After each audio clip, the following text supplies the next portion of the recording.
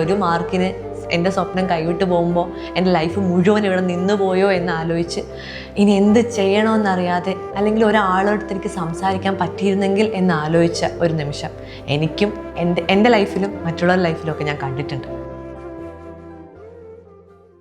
NEET result വന്നു. 213 cut off. 2019 മുതൽ നമ്മുടെ അടുത്ത് നോക്കിയാൽ ഏറ്റവും കൂടിയ കട്ട് ഓഫ് വന്ന വർഷം. പ്രതീക്ഷിച്ച റാങ്കും നല്ല മാർക്കും ഒക്കെ കിട്ടി ഗവൺമെൻറ് സീറ്റ് പ്രതീക്ഷിക്കുന്ന ഒരുപാട് കുട്ടികളുണ്ട്. അവർക്ക് ഞങ്ങൾ ഹൃദയം നിറഞ്ഞ അഭിനന്ദനങ്ങൾ. നിങ്ങൾ രാവും പകലും ഉറക്കമില്ലാതെ വീട്ടിലെയും നാട്ടിലെയും എല്ലാ ഫങ്ഷൻസും മാറ്റിവെച്ച് ഒരു ലോഡ് ബുക്കുകൾ മാത്രം കൂട്ടുപിടിച്ചുണ്ടാക്കിയ വിജയമാണ്. ഒരുപാട് സന്തോഷം. എന്നാൽ പ്രതീക്ഷിച്ച മാർക്കും റാങ്കും കിട്ടാത്ത വേറെ കുറേ കുട്ടികളുണ്ട്.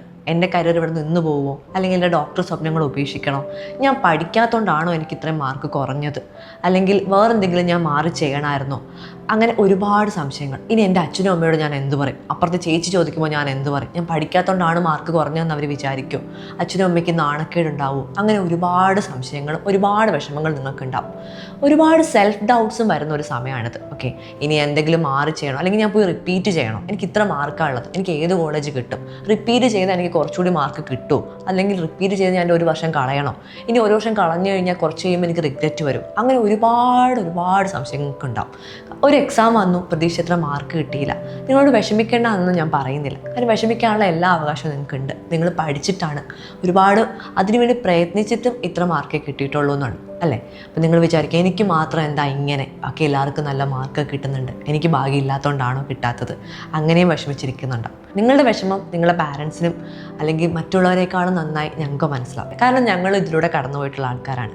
ഇങ്ങനെ സെൽഫ് ഡൗട്ട്സിലൂടെ എൻ്റെ കരിയർ നിന്നുപോയോ, അല്ലെങ്കിൽ ഞാൻ വേറെ എന്തെങ്കിലും എനിക്കിഷ്ടമല്ലാത്ത ഒരു കരിയർ എടുത്ത് സെറ്റിൽഡ് ആവേണ്ടി വരുമോ, അങ്ങനെയൊക്കെ ഒരു സമയത്ത് സംശയിച്ചവരാണ് ഞങ്ങളും. അല്ലെങ്കിൽ ഒരു മാർക്കിന് എൻ്റെ സ്വപ്നം കൈവിട്ട് പോകുമ്പോൾ എൻ്റെ ലൈഫ് മുഴുവൻ ഇവിടെ നിന്ന് പോയോ എന്ന് ആലോചിച്ച് ഇനി എന്ത് ചെയ്യണമെന്നറിയാതെ അല്ലെങ്കിൽ ഒരാളടുത്ത് എനിക്ക് സംസാരിക്കാൻ പറ്റിയിരുന്നെങ്കിൽ എന്ന് ആലോചിച്ച ഒരു നിമിഷം എനിക്കും എൻ്റെ ലൈഫിലും മറ്റുള്ളവരുടെ ലൈഫിലും ഒക്കെ ഞാൻ കണ്ടിട്ടുണ്ട്.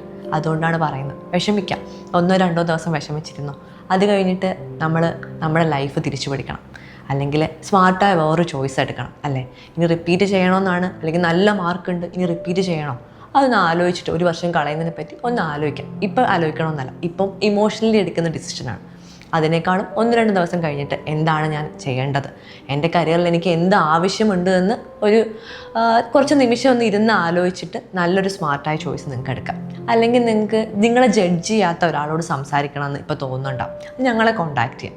നിങ്ങളെ മാർക്കിൽ ഒരിക്കലും ജഡ്ജ് ചെയ്യാതെ നിങ്ങൾക്ക് സ്മാർട്ടായ ചോയ്സ് എന്തെടുക്കാമെന്ന് ഞങ്ങൾ പറഞ്ഞു തരാം നിങ്ങൾക്ക്.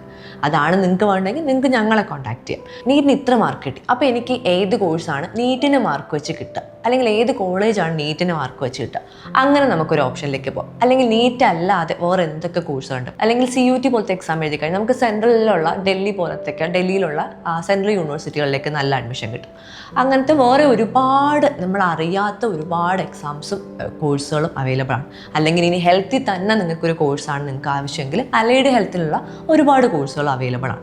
അങ്ങനത്തെ എല്ലാ ഡൗട്ട്സുകളും ഇപ്പം ഇത്ര മാർക്ക് കിട്ടി, അപ്പോൾ ഇതിൽ എനിക്ക് എന്ത് കോഴ്സാണ് എനിക്ക് നല്ലത്, അല്ലെങ്കിൽ എനിക്ക് ഇതൊക്കെയാണ് ഇഷ്ടം, ഓക്കെ ഡോക്ടറാണ് ഞാൻ നീറ്റ് എഴുതാൻ പോയെങ്കിലും എനിക്ക് ഇതൊക്കെയാണ് എൻ്റെ കരിയറിൽ ആവേണ്ടത്, ഇതൊക്കെയാണ് എനിക്ക് സന്തോഷം തരുന്ന കാര്യങ്ങൾ, അങ്ങനത്തെ ഒരുപാട് ക്രൈറ്റീരിയസ് നിങ്ങളുടെ തന്നെയുണ്ട്. അതൊക്കെ വെച്ചിട്ട് നിങ്ങൾക്ക് ആപ്റ്റായിട്ടുള്ളൊരു കോഴ്സ് അല്ലെങ്കിൽ ഒരു കരിയർ സജസ്റ്റ് ചെയ്യാൻ ഞങ്ങൾക്കാവും. അപ്പോൾ നിങ്ങൾക്ക് അങ്ങനെ എന്തെങ്കിലും ആവശ്യമുണ്ടെങ്കിൽ ഞങ്ങളെ കോൺടാക്ട് ചെയ്യാം. ഒരു നല്ല ഡിസിഷൻ എടുത്ത് നല്ലൊരു കരിയർ സെറ്റാക്കാം. നീറ്റ് എഴുതിയാൽ മാത്രമേ നല്ല കരിയർ കിട്ടൂ എന്നൊന്നും വിചാരിക്കേണ്ട. നീറ്റ് കിട്ടാഞ്ഞിട്ടും വളരെ നല്ല കരിയർ ഉണ്ടാക്കിയ ഒരുപാട് ആൾക്കാർ നമുക്ക് ചുറ്റിനുമുണ്ട്. അത് ഒരു മാതൃകയാക്കിക്കൊണ്ട് നമുക്ക് നല്ലൊരു ചോയ്സ് എടുക്കാം. അപ്പോൾ നിങ്ങൾക്ക് ഇതിൽ എക്സ്പീരിയൻസിലുള്ളയോ അല്ലെങ്കിൽ ഇതേ ഒരു സാഹചര്യത്തിലൂടെ കടന്നു പോയിട്ട് സ്മാർട്ട് ചോയ്സ് എടുത്തിട്ടുള്ളവരുടെയോ ആരുടെയെങ്കിലും സംസാരിക്കണമെന്നുണ്ടെങ്കിൽ നിങ്ങൾക്ക് ഉടൻ തന്നെ ഞങ്ങളെ കോൺടാക്ട് ചെയ്യാവുന്നതാണ്. Thank you.